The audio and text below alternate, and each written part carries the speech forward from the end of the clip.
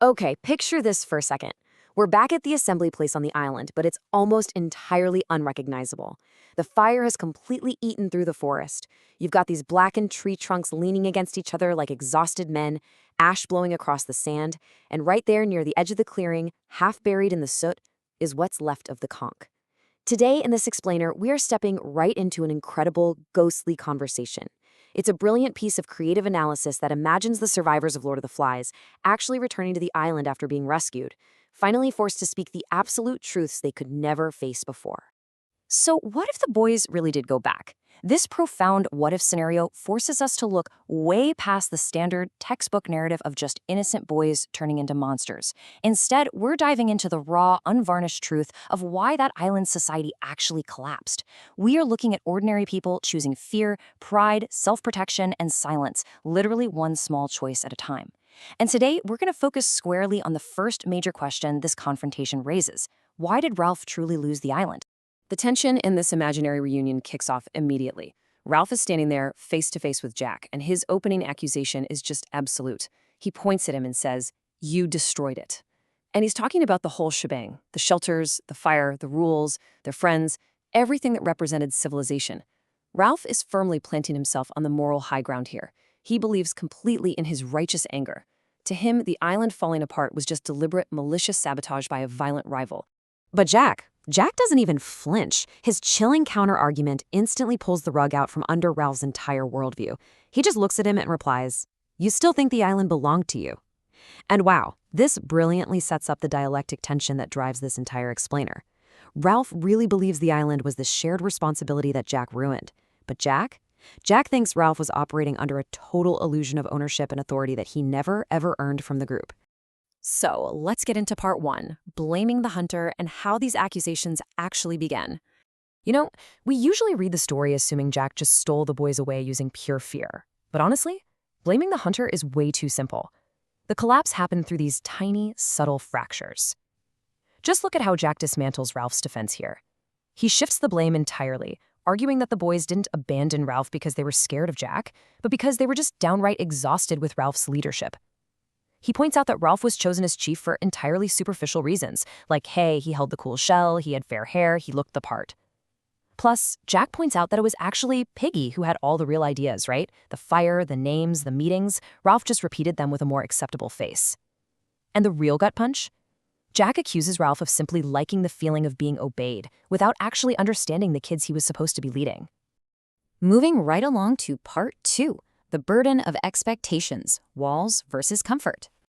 To really understand how this builds, we have to bring in Simon. He's kind of the spiritual center of the group, and he cuts right through all the bickering to get to the root of the failure. He forces Ralph to confront the burden of his own expectations with this absolutely brilliant insight.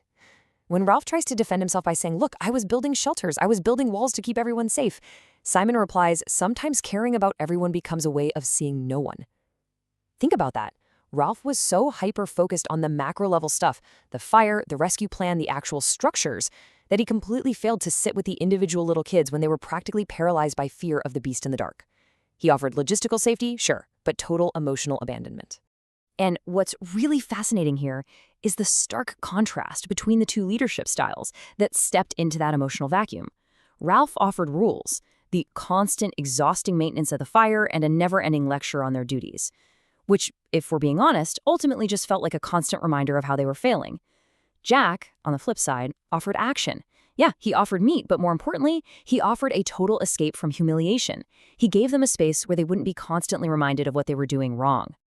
To really ground this, we get this heartbreaking confession from Sam and Eric, the twins. They admit that they actually started to dread Ralph's assemblies. Every single meeting felt exactly the same.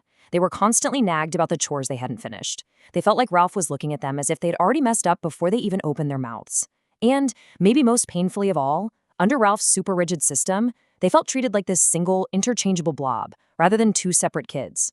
Whatever hope Ralph was trying to inspire had slowly just morphed into this crushing burden of guilt and shame.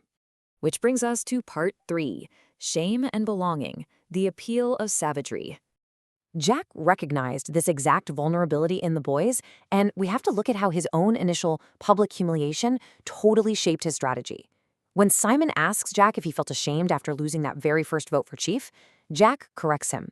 He says he didn't feel ashamed, he felt exposed. Let that difference breathe for a second.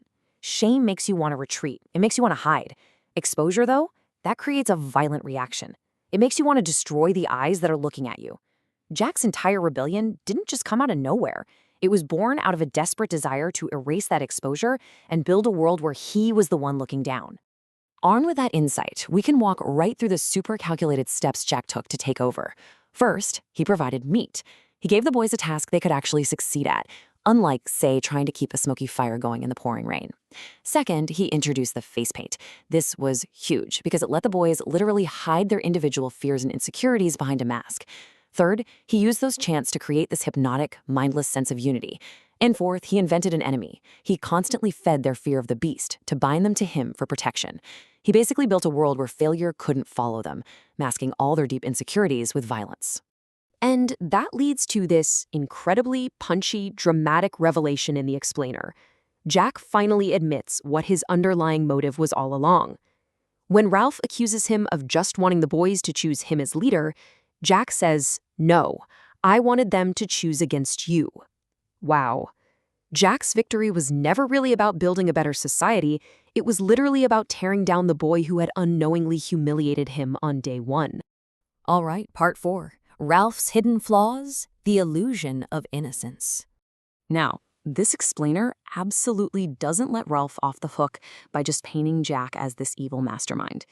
We really have to peel back the illusion of Ralph's pure innocence here. Piggy actually shatters Ralph's moral high ground with one sentence. He reminds Ralph of that very first day, right after the vote, when the choir boys were left standing out in the sweltering heat. Piggy points out that Ralph secretly enjoyed Jack's public humiliation. Ralph liked that he was the one chosen. He felt the exact same pull of pride and superiority that eventually corrupted Jack.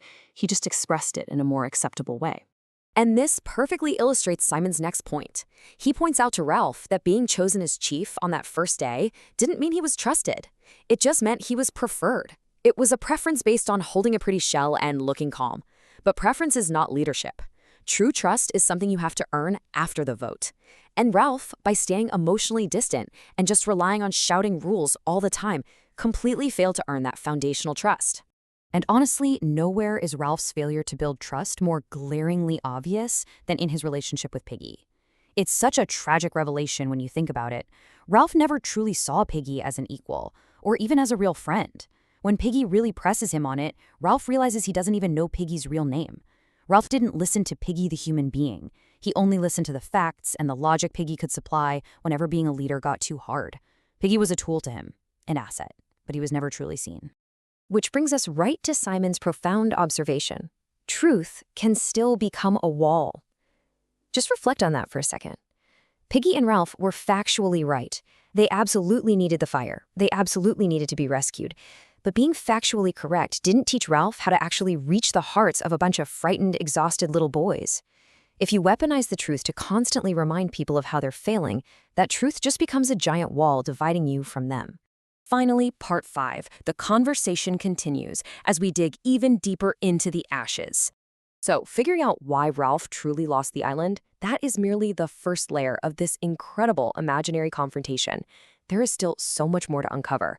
The source material goes on to explore these fascinating, dark psychological themes that the surviving boys have to confess to. They have to answer exactly why they embraced Jack's savagery. They have to individually account for where their hands were during Simon's tragic death. They have to dissect why reason and that powerful conch ultimately completely failed to protect Piggy. And they have to answer the ultimate question.